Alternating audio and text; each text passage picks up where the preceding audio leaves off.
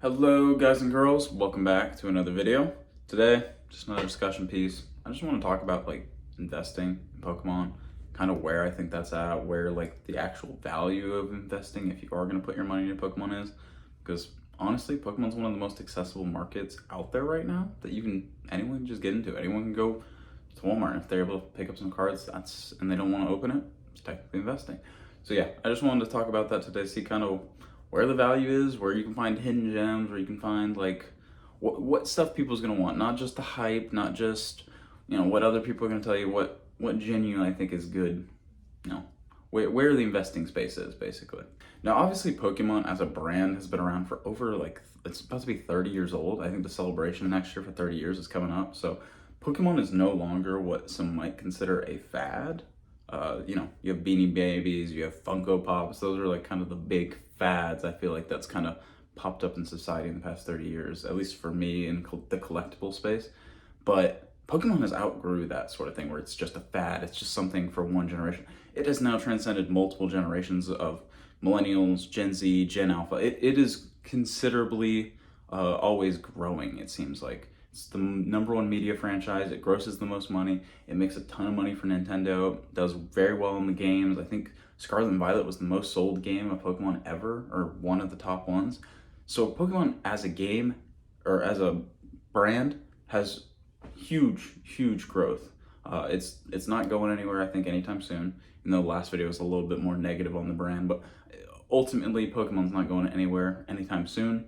And I think long term, if you see investing in Pokemon as a 5 to 10 year type of endeavor, it's not going anywhere. It's a great place to have your money in, if that makes sense. So if you are looking in this investing space, this is the video for you. Now you may be asking yourself, where does that value lie? Where does the value in Pokemon lie? A couple different places. Not the hype-driven stuff, not the Drowsies that were popping off like crazy a couple months ago, not the random illustration rares that 10x'd overnight. That doesn't happen. That's gambling. That is short-term gambling if you're trying to invest in something like that.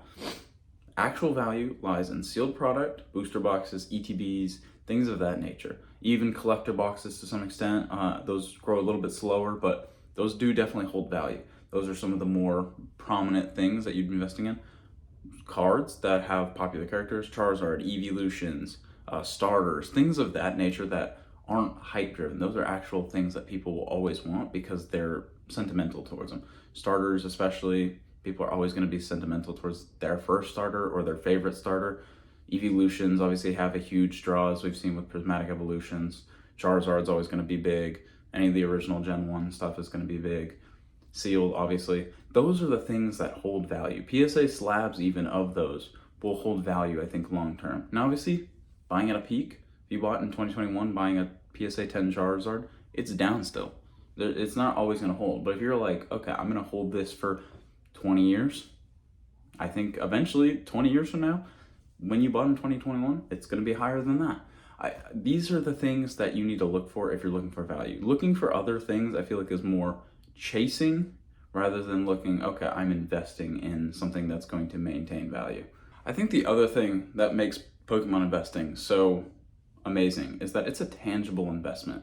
It is something that you can physically grab, something you can physically touch, although I recommend not touching your sealed investments or cards that you see as investments, but you can use it tangibly. It's something you can set down in a cupboard or anything like that if you're wanting to use to decorate your house. I know for me, I have a big shelf, a bookshelf with multiple of my Pokemon Center ETBs. I have a Prismatic one, I have a Team Rocket one. Some of these are tangible. I use them as decoration. And that's what makes Pokemon investing so much different than a stock market or cryptocurrency, is that it's physical. It is a physical thing. And you can actually flip through your binders. You can look at your ETBs, things of that nature that you can't do with stock markets. All that is just looking at an app and being like, oh, my stock's up 5% today. And people do that now with Pokemon cards, with things like Collector and things like that. But Pokemon is a lot more tangible than, say, those other investments. And also Pokemon grows a little bit faster too. It has a little bit better returns than I would say the S&P 500, because that's what you're looking for if you're looking for investing in collectibles. You need those kind of higher returns to justify doing it and holding physical space rather than just putting it in the S&P 500. So just kind of an interesting thing to do or realize about investing in Pokemon is it's tangible. You get to actually physically touch the product and look at it every single day, which is super neat. Now, if you're just starting out into getting into like the Pokemon scene and Pokemon investing, there's a couple things I would do to start with. Is one, definitely start paying attention to like market trends and seeing what you feel like. Don't just listen to whatever thing is shilled to you or told to you by either another YouTuber or anything like that. Make your own decisions. If you do feel like something that you were told, it makes sense and they've showed data, listen to their data then. But you should still make your own decisions for yourself. So look at the data, look at the trends. Sealed product is trending that it typically goes up because as the supply decreases, the price increases. That's just an economic thing. But look at your own market data. I would also research which sets are the best. Evolving Skies was definitely an outlier in Sword and Shield. Like, that was obviously a winner set. In our current generation of Scarlet and Violet, there's a couple very obviously winner sets. Prismatic Evolutions, 151 are the two very notable ones that I think long term they are going to be the absolute winners. But I also think Destined Rivals is going to be a winner set. I think Paldea Evolved a lot of people see as like a winner set. I'm not the biggest Paldea Evolved fan personally. The Magikarp's cool, but I wouldn't pay a couple $1,000s for that personally. But there are winner sets and stuff that you can look at if you're doing your own research. And I highly encourage anyone, if you're first getting into it, don't just be told whatever. And if you are told something, double check the research, see if you actually agree with it. And yeah, that's what I would do if you're just getting into it. But yeah, in my experience, the Pokemon market has been great. I've had a couple of cards that I found from my collection when I've recently gotten back into Pokemon. And it's like, oh, this was a $1 card that I picked up back when I was a kid, and now it's worth $70. And it's like, that's insane. But that's because it was held basically for 10 years. Obviously, I wasn't doing it as an investment like other people were, but it is something that's still appreciated over time, and I was still able to enjoy whenever I'd go back home from college and look through my Pokemon cards. Be like, oh, that's a cool card that I have. Never realizing the price. Another thing, don't chase losses or don't like panic sell because something is dropping. These Pokemon markets are trending over years, not weeks and months.